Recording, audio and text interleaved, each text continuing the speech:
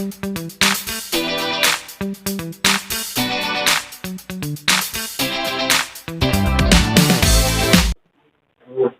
जब तक ले स्विच ऑन है इसमें ना तब प्रतिलोमी धारा है, लेकिन जैसे स्विच बंद कर दीजिएगा ना तो इसमें धारा की दिशा पलट जाता है। जो ऐसे आ रहा था ना वो वैसे हो जाता है। तो देखा ये कि एक में प्रवाहित धारा है, उसमें प्रवाहित धारा, दोनों की दिशा एक ही है, इसीलिए उसका नाम रख दिया सीधी धारा। लिखिए, जब दाब कुंजी को छोड़ दिया जाता है, दाब कुंजी को यानी कि स्विच ऑफ कर दिया जाता है, जब दाब कुंजी को छोड़ दिया जाता है, जब दाब कुंजी को छोड़ दिया जाता है तो प्राथमिक कुंडली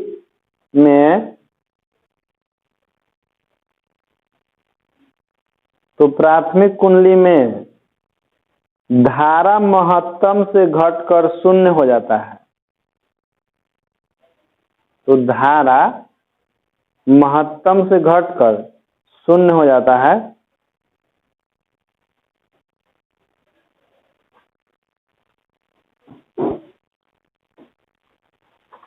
महत्तम से घटकर शून्य हो जाता है और द्वितीयक कुंडली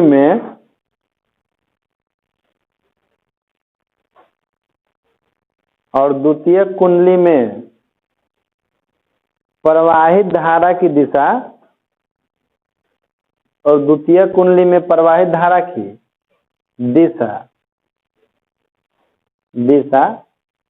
प्राथमिक कुंडली में प्रवाहित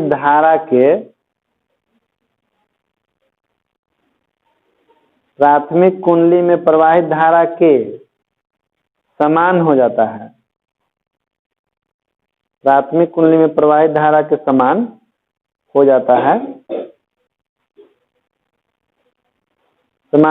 है। तो द्वितीयक कुंडली में प्रवाहित धारा को सीधी धारा कहते हैं। तो द्वितीयक कुंडली में प्रवाहित धारा को सीधी धारा कहते हैं।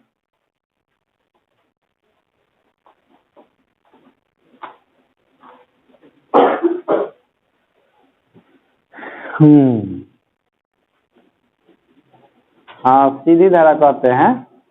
अब टॉपिक लिखिए आप लोग, ये VVI है, इसको टिक आउट कर लीजिएगा। विद्युत चुम्बकीय प्रेरण के लिए फैराडे का नियम। विद्युत चुम्बकीय प्रेरण के लिए फैराडे का नियम। विद्युत चुम्बकीय प्रेरण के लिए फैराडे का नियम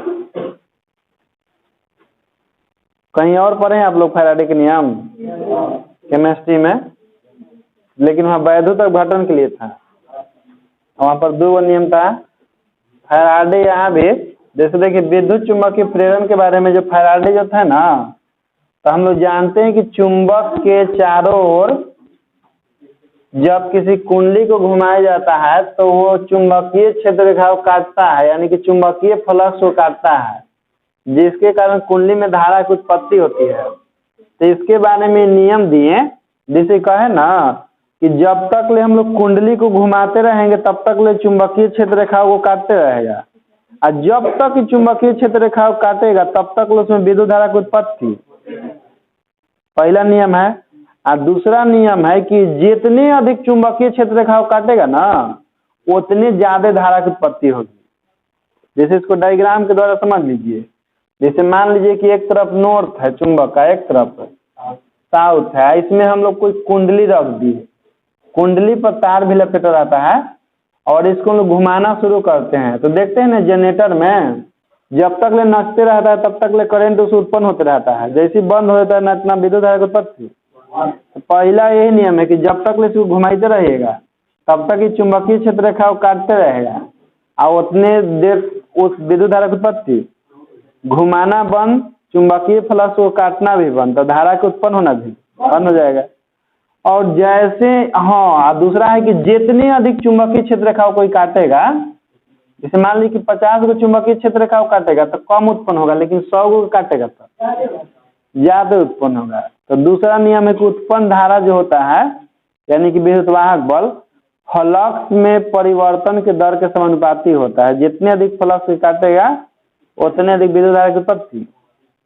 तो चलिए लिखते हैं इसको, डायरेक्ट देख लिखिए। तो विद्युत चुम्बकीय प्रेरण के लिए फैराडे के नियम में विद्युत चुम्बकीय प्रेरण से संबंधित फैराडे के निम्नलिखित दो नियम हैं।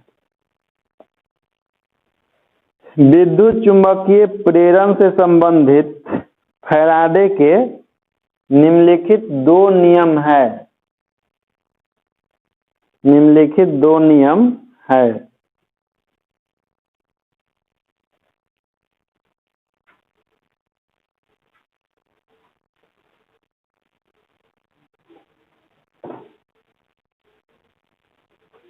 दो नियम है। पहला नंबर लिखिए, नंबर 1 दीजिए। अब पहला नियम हटा दीजिए, उसमें लिखिए यदि किसी बंद विद्युत परिपथ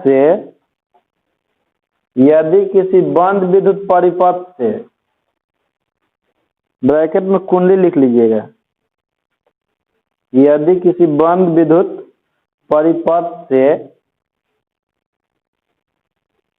संबद्ध फ्लक्स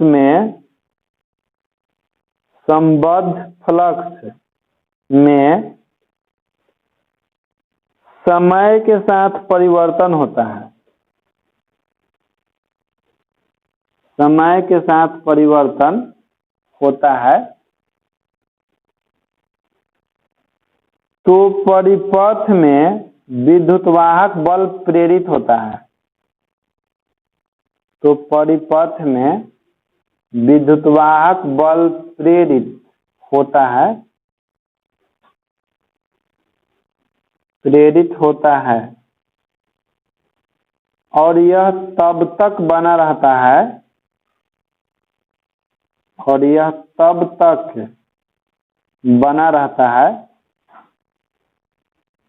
तब तक बना रहता है जब तक फ्लक्स में परिवर्तन होते रहता है। जब तक फ्लक्स में परिवर्तन होते रहता है।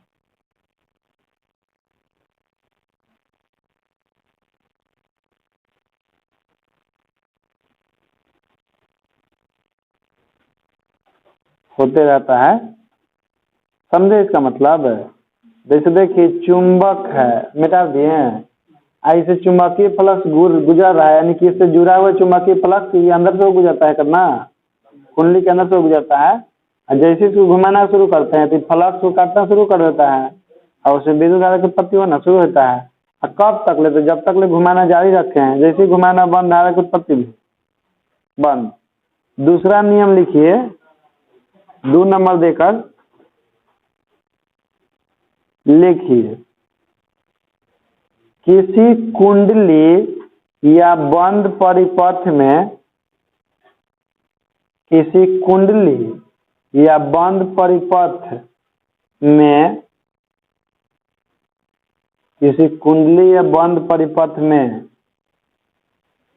प्रेरित विद्युतवाहक बल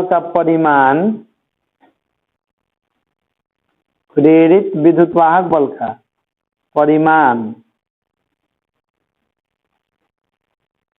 परिमाण उससे संबद्ध चुंबकीय फ्लक्स के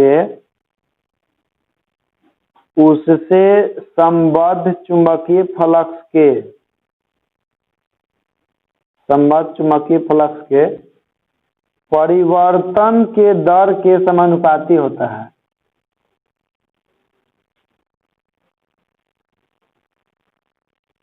परिवर्तन के दर के समानुपाती होता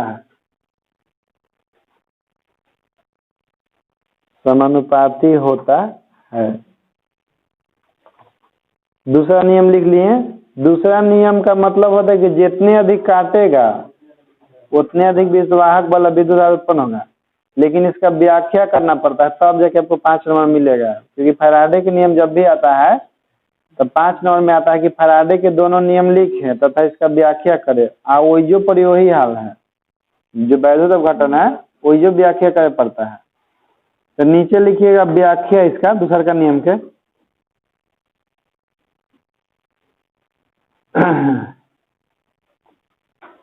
लिखिए यदि यदि डेल टी मतलब कि छोटा समय, यदि डेल टी समय अंतराल में, यदि डेल टी समय अंतराल में फ्लक्स में परिवर्तन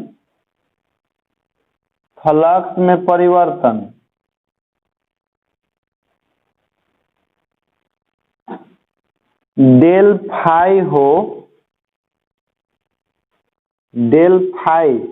हो तो फैराडे के द्वितीय नियम से,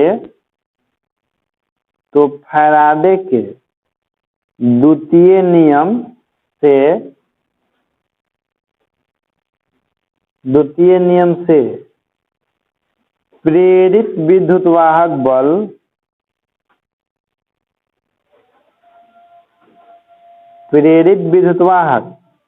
बल देखिएगा बोर्ड पर। देखिए विद्युतवाहक बल को हम लोग इस तरह से लिखते हैं, बताए थे।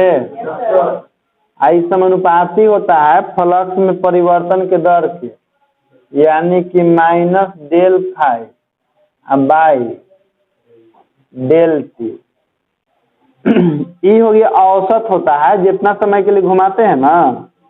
लेकिन मान लीजिए कि किसी क्षण के लिए निकालना हो तात्क्षणिक, तो तात्क्षणिक निकालने के लिए इसमें लिमिट हम लोग लगा देते हैं। तो देखिए इसमें लिमिट लगा देंगे इस तरह से, limit del T tends to 0 minus del phi by, जैसे ही लिमिट हटाते हैं तो किस में कन्वर्ट होता है, डी में ना जी।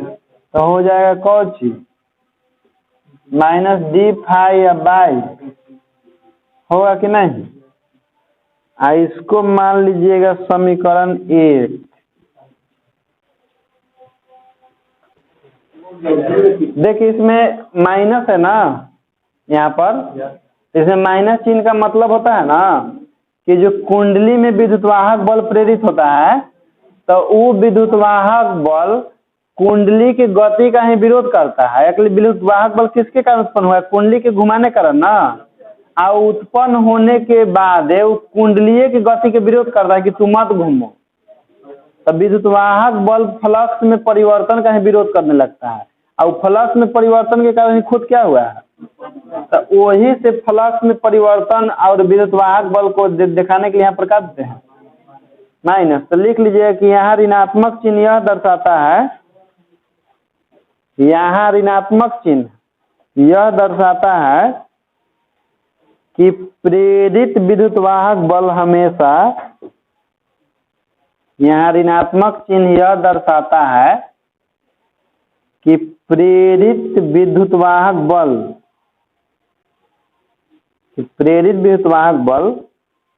हमेशा फ्लक्स के परिवर्तन का विरोध करता है,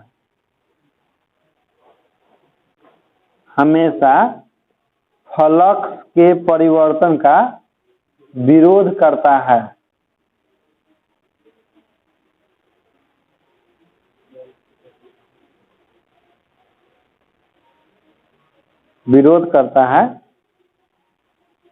ओकरे से उत्पन्न हो रहा है और ओकरे क्या कर रहा है, विरोध कर रहा है।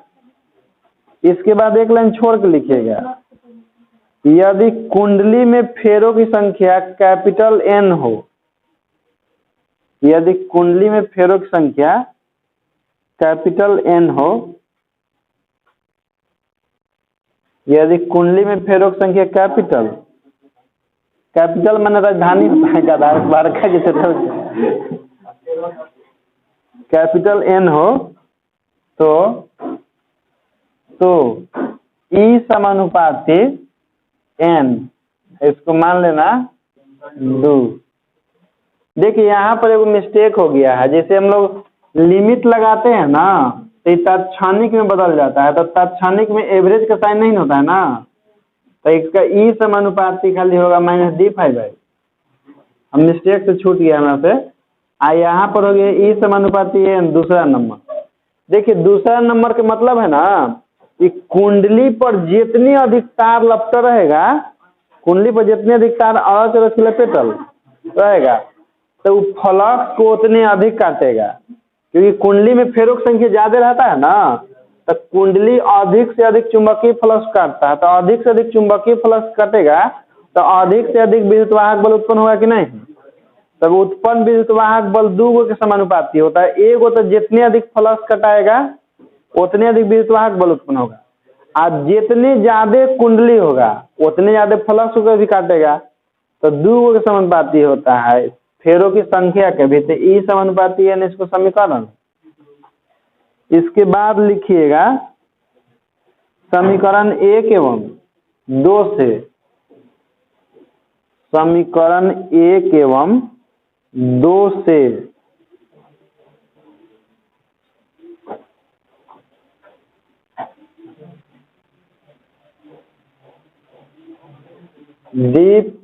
देखिए जब दो राशि किसी एक ही के समानुपाती होता है ना, तो हम लोग दोनों के एक साथ कंबाइन कर देते हैं गुना में।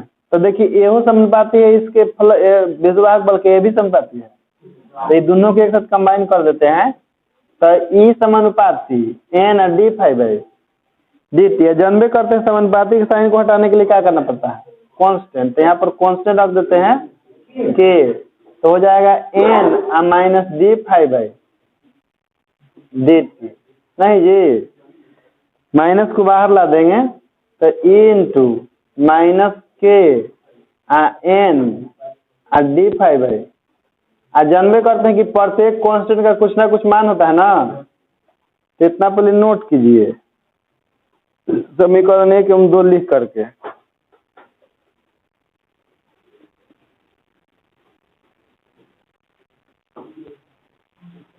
हो गया ना। तो इसके बाद लिखिए, देखिए यदि D phi by D T को, हाँ यदि D phi by D T को वेबर प्रति सेकेंड, ऐसे लिखिएगा वेबर प्रति सेकेंड में, तथा विद्युत वाहक बल को वोल्ट में, D phi by D T को वेबर प्रति सेकेंड में तथा विद्युत वाहक बल को वोल्ट में मापा जाए तो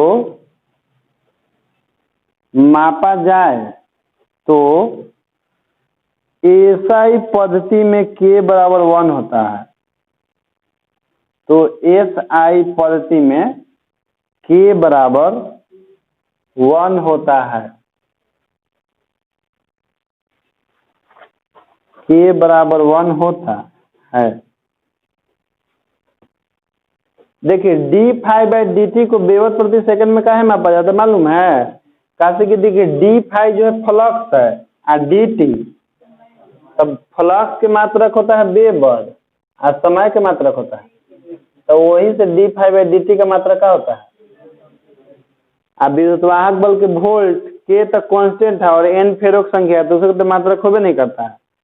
तो हम बोले हैं कि के बराबर 1 होता है ना, इसलिए यहाँ से लिखिएगा ई बराबर के की जगह लिखना है हमको 1 और गुना एन और D phi by D T. तो देखिए तो ई बराबर फॉर्मूला क्या हो गया, माइनस एन और डी फाइव बाई। यही हो गया आपका फैराडे के नियम से विद्युत वाहक बल के सूत्र।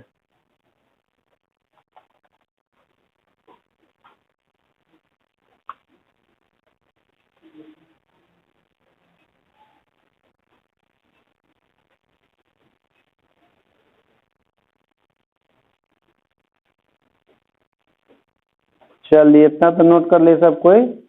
अब इसके बाद एगो नोट लिखिए, नोट लिखिए। देखिए नोट कहाँ है समझ लीजिए। जैसे मान लिए ना कि जैसे एकरा से गुजरने वाला टोटल फ्लक्स है ना, तो फ्लक्स के हम मान लेते हैं कि अभी है 5 1, अभी एकरा स्थिर रख ले हैं, अभी अगर घुमा नहीं रहे तो फ्लक्स का मान कितना है, लेकिन ऐसे घुमाएंगे ना तो फ्लक्स को काटेगा, तब घुमाने में कुछ समय लगेगा ना। तो मान लेते हैं कि डेल्टी समय में इसको घुमाए हैं, तब फ्लक्स परिवर्तित होगा कि फ्लक्स वही रहेगा। तो डेल्टी समय के बाद मान लेते हैं कि फ्लक्स हो जाता है कौन सी φ2, ठीक ना। तो चूंकि फ्लक्स में परिवर्तन किए तो विद्युतवाहक बल उत्पन्न होगा। तो उस सिचुएशन में फॉर्मूला होता है E बराबर, देखिए तो समझिएगा, -n del phi by del T. लेकिन जो डेल फाई होता है ना, ये दोनों फ्लक्स के अंतर होता है φ1 और φ2 के, ठीक ना। तो इसको लिख देते हैं इस तरह से कि E बराबर -n तो रहबे करेगा, अब डेल फाई की जगह φ2 माइनस φ1 अब बटा में डेल टी, ठीक ना। ये फार्मूला हो जाता है, लेकिन उसके पहले हमको कुछ बोलना पड़ेगा। तो लिखिए, तो बोल रहे हैं यदि डेल्टी समय अंतराल में, यदि डेल्टी समय अंतराल में चुंबकीय फ्लक्स φ1 से φ2 हो जाता है, यदि डेल्टी समय अंतराल में फ्लक्स चुंबकीय फ्लक्स φ1 से φ2 हो जाता है, तो प्रेरित विद्युत वाहक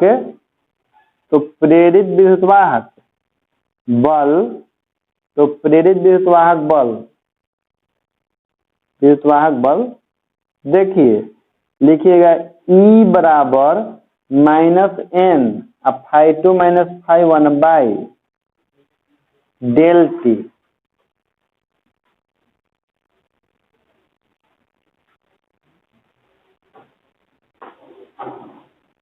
ठीक ना, इस पर न्यूमेरिकल बनता है।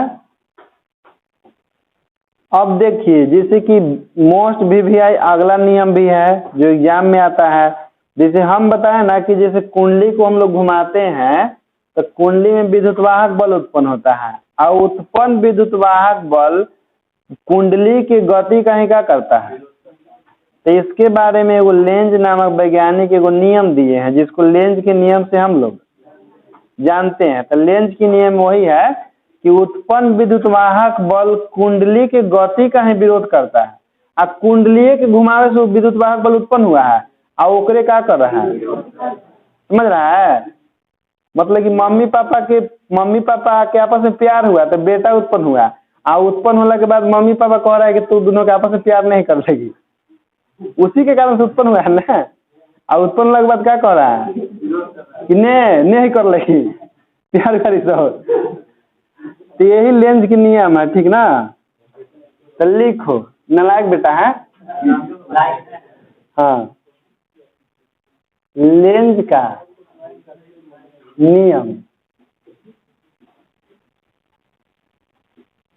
आई बड़ा पूछता है नालायक बेटा वाला एग्जाम में।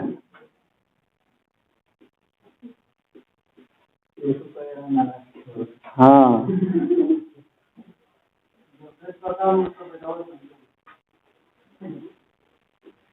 चलो लिखो, जैसे कैसु घुमाइए कुंडली के, उसमें उत्पन्न विद्युतवाहक बल कुंडली की गति का विरोध करबे करता है। तो लिखिए, विद्युत चुंबकीय प्रेरण के सभी अवस्थाओं में, विद्युत चुंबकीय प्रेरण के कारण लिखिएगा, विद्युत चुंबकीय प्रेरण के कारण, विद्युत चुंबकीय प्रेरण के कारण सभी अवस्थाओं में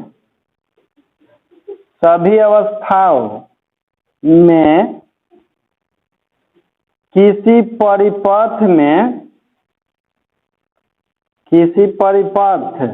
में प्रेरित धारा की दिशा, प्रेरित मान उत्पन्न होता है, ठीक ना। प्रेरित धारा की दिशा इस प्रकार की होती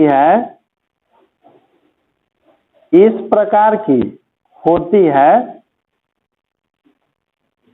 कि वह उस कारण का ही विरोध करती है, कि वह उस कारण का ही विरोध करती है, विरोध करती है, जिसके कारण प्रेरित धारा स्वयं उत्पन्न होती है, जिसके कारण प्रेरित धारा स्वयं उत्पन्न होती है।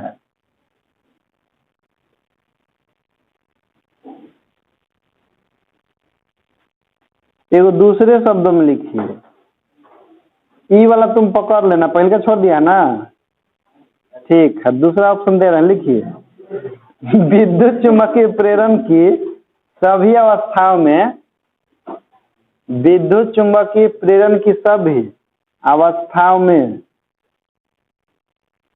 विद्युत चुम्बकीय प्रेरण की सभी अवस्थाओं में प्रेरित विद्युत वाहक बल की दिशा, प्रेरित विद्युत वाहक बल की दिशा, प्रेरित विद्युत वाहक बल की दिशा हमेशा इस प्रकार की होती है, हमेशा इस प्रकार की होती है, इस प्रकार की होती है कि वह उस कारण का ही विरोध करती है, कि वह उस कारण का ही विरोध करती है, विरोध करती है, जिसके कारण इसकी उत्पत्ति होती है, जिसके कारण इसकी उत्पत्ति होती है, इसकी उत्पत्ति होती है, जिसके कारण इसकी उत्पत्ति होती है। समझा? जैसे मान लो कि हमें जब पढ़ा रहे हैं, हमारा पढ़ावे से एगो भूत उत्पन्न हुआ, अब भूतवा कह रहा है हमरा ना कि नहीं पढ़ावे लगी, तो देखो हमारा पढ़ावे से भूत उत्पन्न हुआ, कह रहा है कि नहीं पढ़ावे लगी है, तो मारा मारी होगा कि नहीं? तो वही बात एकरो है। हाँ, तो वही से उत्पन्न हुआ, ओकरे विरोध कर रहा है यार। अब नोट एगो लिखो जो ऑब्जेक्टिव में आता है, लिखिए लेंज के नियम ऊर्जा संरक्षण के सिद्धांत पर आधारित है। लेंज के नियम ऊर्जा संरक्षण के सिद्धांत पर आधारित है। लेंज के नियम ऊर्जा संरक्षण के सिद्धांत पर आधारित है।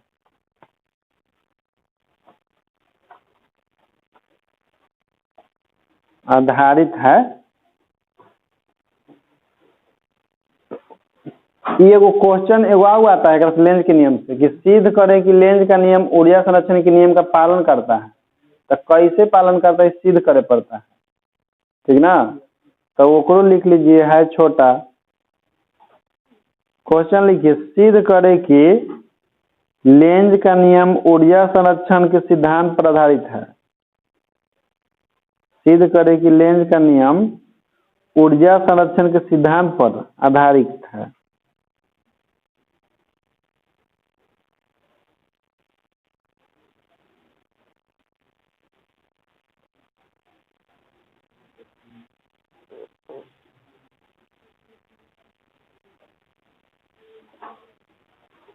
सिद्ध करे कि लेंज का नियम ऊर्जा संरक्षण के सिद्धांत पर आधारित है।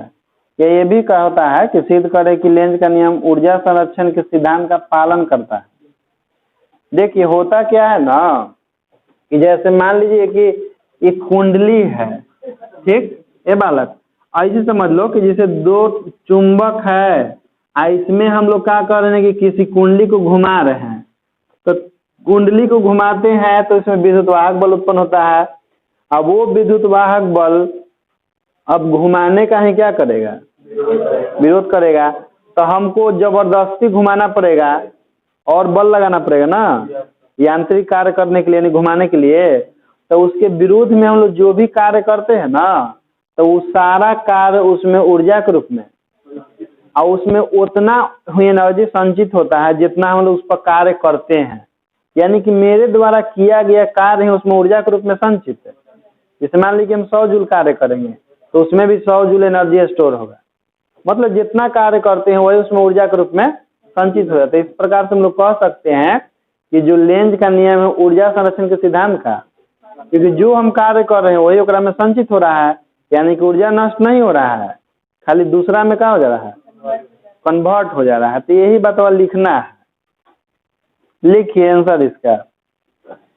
जब किसी कुंडली को एक समान चुंबकीय क्षेत्र में, जब किसी कुंडली को एक समान चुंबकीय क्षेत्र में,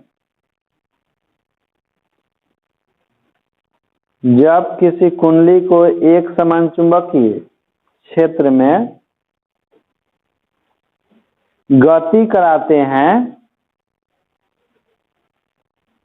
कराते हैं तो कुंडली में विद्युत धारा प्रेरित होता है। तो कुंडली में विद्युत धारा प्रेरित होता है, विद्युत धारा प्रेरित होता है। जो प्रेरित धारा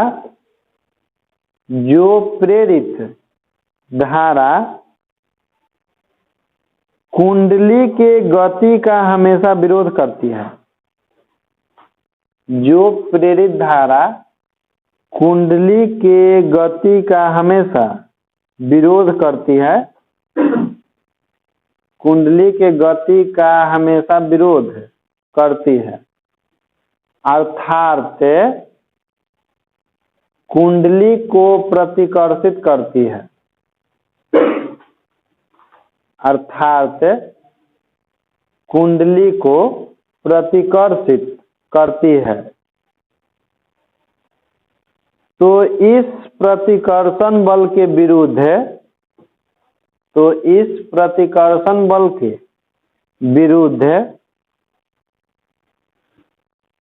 इस प्रतिकर्षण बल के विरुद्ध कुंडली को चुंबक के निकट लाने के क्रम में, तो इस प्रतिकर्षण बल के विरुद्ध कुंडली को चुंबक के निकट लाने के क्रम में, चुंबक के निकट लाने के क्रम में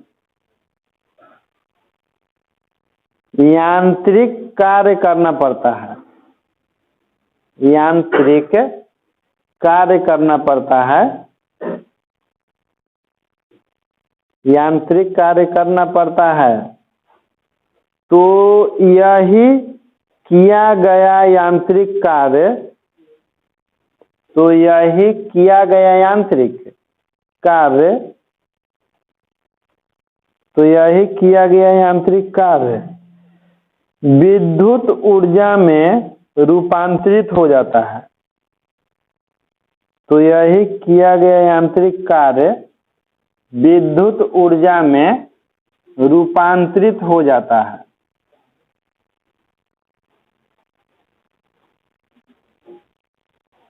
रूपांतरित हो जाता है।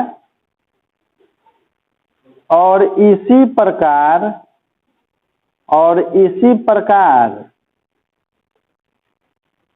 कुंडली को चुंबक से दूर ले जाने के क्रम में, और इसी प्रकार कुंडली को चुंबक से दूर ले जाने के क्रम में, चुंबक से दूर ले जाने के क्रम में आकर्षण बल के विरुद्ध में कार्य करना पड़ता है। आकर्षण बल के विरुद्ध में कार्य करना पड़ता है, कार्य करना पड़ता है। तो किया गया कुल कार्य, तो किया गया कुल कार्य, किया गया कुल कार्य कुंडली में विद्युत ऊर्जा के रूप में हमेशा संरक्षित रहता है।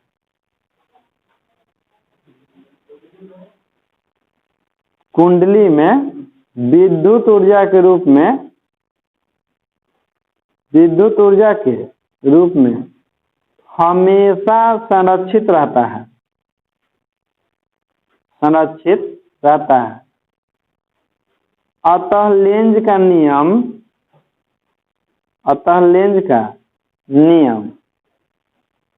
ऊर्जा संरक्षण के सिद्धांत का पालन करता है। अतः लेंज का नियम ऊर्जा संरक्षण के सिद्धांत का पालन करता है।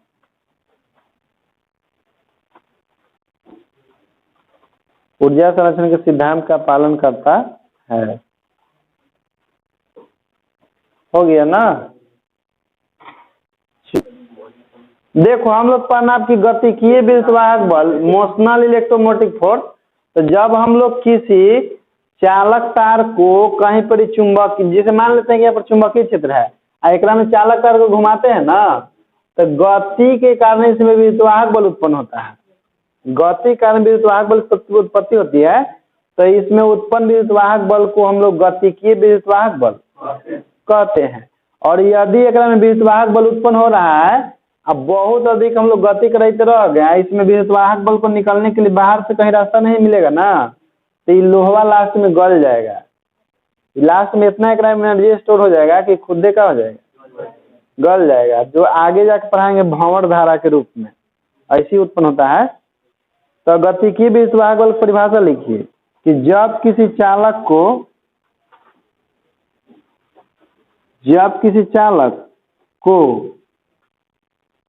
चुंबकीय क्षेत्र में गति कराते हैं,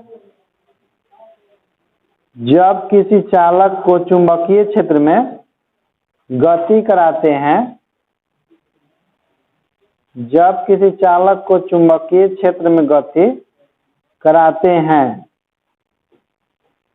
तो उस चालक में विद्युतवाहक बल उत्पन्न होता है। तो उस चालक में विद्युतवाहक बल उत्पन्न होता है,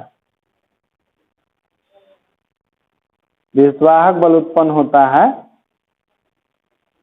जिसे गतिकीय विद्युतवाहक बल कहते हैं, जिसे गतिकीय विद्युतवाहक बल कहते हैं। गतिकीय विद्युतवाहक बल कहते हैं। इसे ई से सूचित करते हैं। ई वाला नहीं, हाई वाला विद्युतवाहक बल वाला, इसे ई से सूचित करते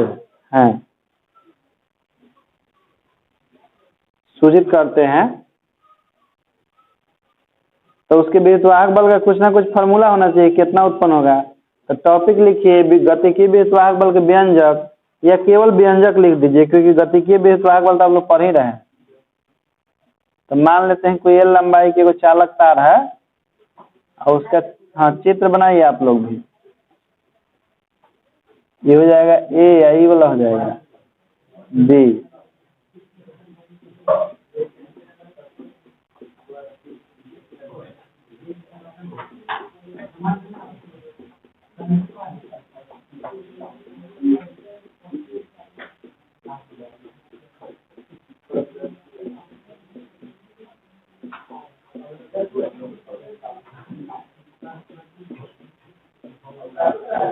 अरे चुंबकीय क्षेत्र क्रॉस से नहीं दर्शाते हैं, नहीं दर्शाते इसलिए क्रॉस लिख रहे हैं, ठीक ना। कि दर्शाते हैं, बिल्कुल दर्शाते हैं। आई क्रॉस है चुंबकीय क्षेत्र।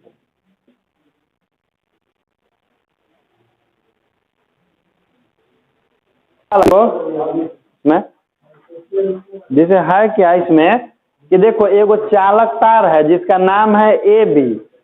हम मान लेते हैं कि चालक तार में टोटल जो है आवेश Q है। जैसे चालक तार मान लेते हैं कि जितना इलेक्ट्रॉन होगा, चालक तार में जितना इलेक्ट्रॉन, तो उस चालक का तार के अंदर में इलेक्ट्रॉन के कारण जितना भी आवेश होगा ना, तो उस आवेश को हम क्या मान लेते हैं, Q।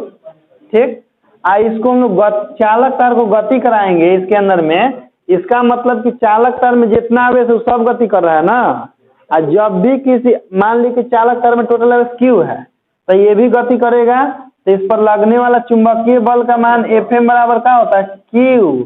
आज चूंकि भी वेग से घुमा भी रहा है इसको ना, तो होता है कौन चीज भी क्रॉस होता है ना जी। हम लोग एक वाव जानते हैं फॉर्मूला इसका, लेकिन पहले इसका लिख लीजिए, मानना पड़ता है। नहीं, हम जो बोल रहे वो लिखिए। माना कि एल लंबाई की चालक ए बी, छोटका भी लिखिएगा। माना कि एल लंबाई की चालक ए बी,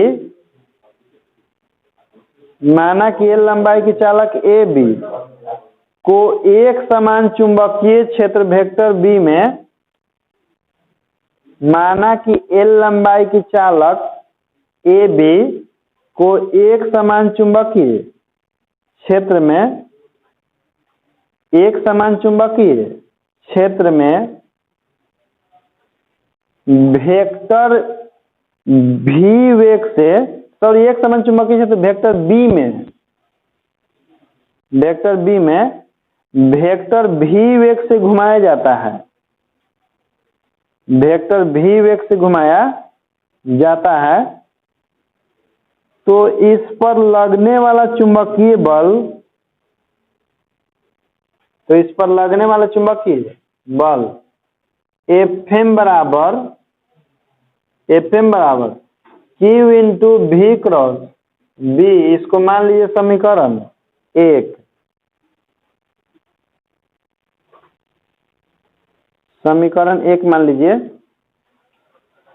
हाँ, एक लाइन छोड़ के लिखिए। तथा चालक के अंदर उत्पन्न आवेश पर, तथा चालक के अंदर उत्पन्न आवेश पर लगने वाला विद्युत बल, चालक के अंदर उत्पन्न आवेश पर लगने वाला विद्युत बल वेक्टर एफ ही बराबर होता है क्यू इंटू वेक्टर ई, इसको मान लीजिए समीकरण 2। विद्युत बल एफ ही बराबर क्यू इंटू ई। तो इसके बाद हम लिखते हैं समीकरण 1 एवं 2 से। देखिए इस स्थिति में चालक में जो लगने वाला चुंबकीय बल और विद्युत बल दोनों एक दूसरे के बराबर होता है। जैसे चालक तार के अंदर में इलेक्ट्रॉन गतिशील होता है ना, तब विद्युत धारा की उत्पत्ति होती है, जिसके कारण इसके अंदर में चुंबकीय क्षेत्र उत्पन्न होता है। तो वह आवेश जो है चुंबकीय बल को भी अनुभव करता है। अब चुंबकीय क्षेत्र में है तो विद्युत बल को भी, सॉरी चुंबकीय क्षेत्र में तो चुंबकीय बल का अनुभव कर रहा है। आज जब विद्युत धारा की उत्पत्ति होती है तो उसमें विद्युत बल का भी अनुभव करता है। लेकिन विद्युत बल और चुंबकीय बल दोनों आपस में क्या होता है, बराबर होता है। तो समीकरण 1 एवं 2 से लिख देंगे तो हो जाएगा V क्रॉस B बराबर Q इंटू ई। तो देखिए तो Q से Q, तब V क्रॉस B बराबर कितना हो जाएगा। अब देखिए दोनों तरफ से वेक्टर साइन हटा दीजिए, तो दोनों तरफ से वेक्टर साइन हटाएगा तो क्या हो जाएगा, इधर हो जाएगा भी भी, इधर का केवल क्या हो जाएगा, इधर लिख देते हैं, ठीक ना। इधर लिख देंगे भी भी, इधर लिख देंगे ई। तो ई बराबर क्या हो जाएगा, ई बराबर भी भी, हाँ भी भी नहीं,